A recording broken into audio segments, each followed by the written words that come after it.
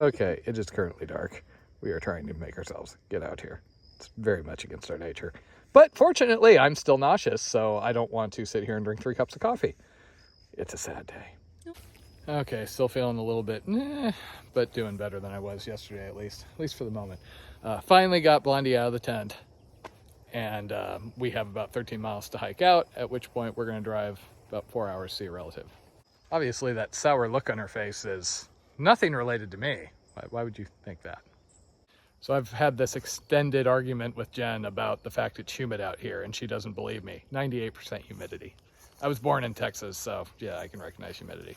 So everything's kind of like sticky, and we could really use a shower, especially.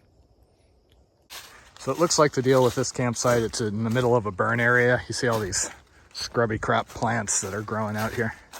And yeah, even the signs got burned to a crisp. So there's one campsite back there that had 2 guys when we arrived, and we would have been camped right on top of them. So we always look for something else right in the area, but close enough to be protected. And it wasn't a bad thing we did that, because no sooner had we set up the tent, but there was a lot of gunfire coming from the direction of the hunters' camp. I didn't think people were supposed to hunt after dark, but maybe they were just shooting for fun. We're leaving a bit earlier than usual because we want to get out and be able to drive to see my cousin here. From the amount of off-position bridges and walkways, I kind of get the impression a lot of water comes through here certain times of year. So as Jen was saying yesterday, it's our suspicion that what we got here was norovirus, which is a little bit ironic because I went through the Appalachian Trail during the bubble this year and managed not to get norovirus. Now, I was careful. I didn't stay in the shelters. I avoided hostels mostly. And when I did go to hostels, I got a room, and I was just always washing my hands and being careful. But still, that trail is notorious for people coming down with noro. And yet, I seem to get it out here where, as near as we can tell, there is very low risk of it. My only guess is we have seen the usual evidence of people not doing cat holes correctly. You know, there's toilet paper and stuff on the, just lying out on the ground somewhere. For the record, you were supposed to pack out your toilet paper and bury your poop down like 6 inches. But yeah, people don't do that a lot of times, so I could see that being the cause. Otherwise, it's usually somebody who's, you know, sick, who's touching something that other people are touching. And hand sanitizer isn't enough to take out noro. You have to use full-on, you know, soap and water and clean your hands. The longer version that most people don't do. So since we're in the last 10 miles or so here, I was kind of reflecting on this hike and what makes this trail, or well, how it compares with the other trails we've done recently.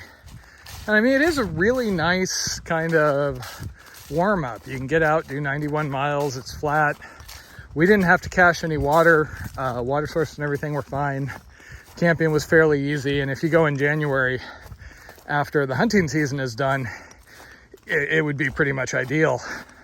Personally, I'm a big fan of, if you want to get ready for a big through hike, do a couple of 5-day trips, because that's going to make you, you know, really sore and give you a chance to really adjust to being out. And then you can go home, heal up, go out, do it again. And then when you actually get on the trail, you'll be better set up for success. Because otherwise, you start out, you're all excited, then you're super sore, and that first week is just going to be, you know, misery. Now, that is me not wanting to clump up at the start of a trail. You know, I want to get down the trail and start doing the actual thing. But yeah, for what it's worth, this is a really nice warm-up. Santa Monica Backbone Trail. I'm also looking at one in San Diego called the San Diego Trans-County Trail. I think I'm going to do. That one's 150 miles. It's a little longer. I'll probably do that after WTC.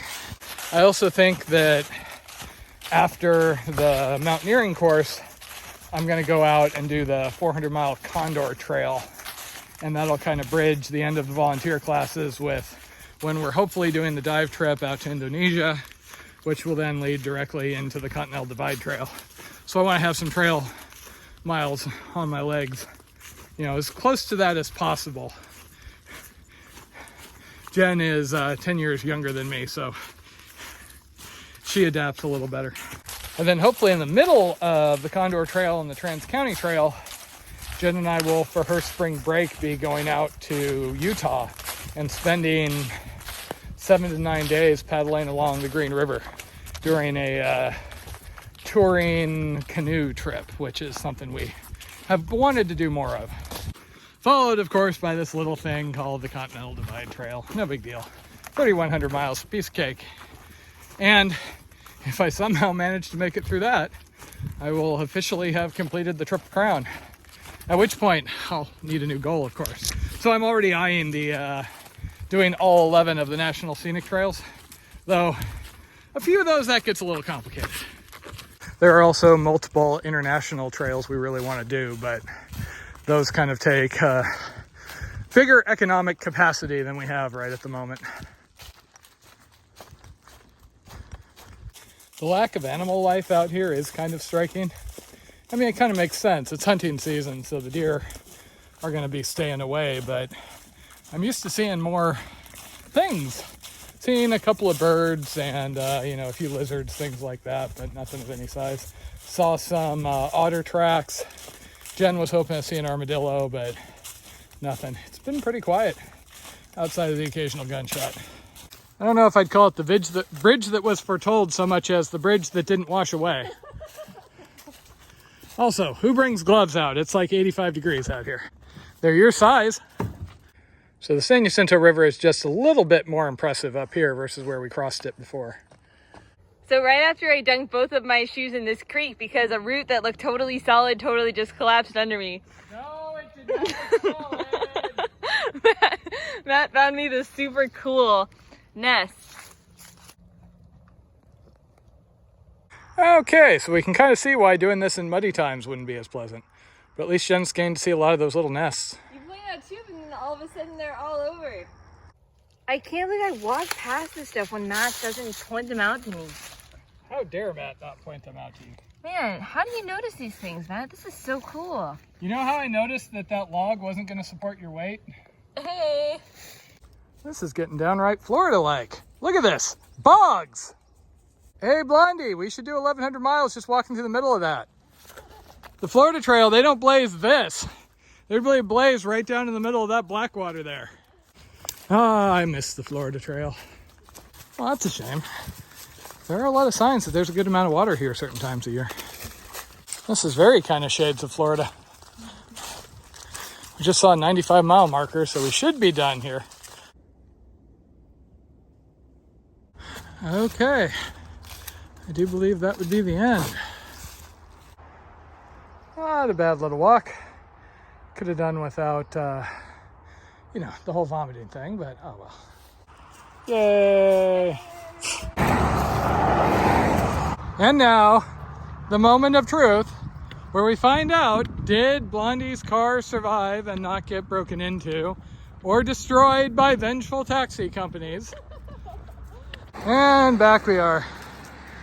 Hey Jen, did your car always have like 2 wheels and no windows? Sadly, this hike of the Lone Star Trail has come to an end. Matt is eagerly rehydrating, as you can see. Overall, really pleasant 96-mile walk in the woods. What?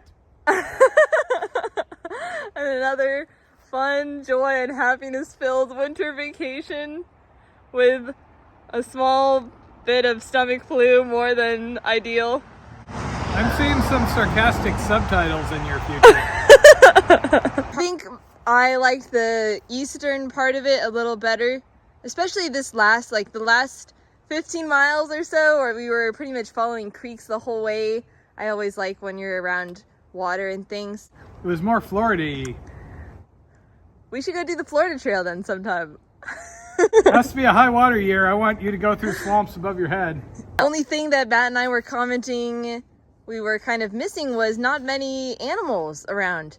We saw a squirrel at the end of the trail. We were like, whoa, it's an animal. We haven't seen one of those in days, but I guess that's what happens when you have hunting in an area. The animals all get pretty shy.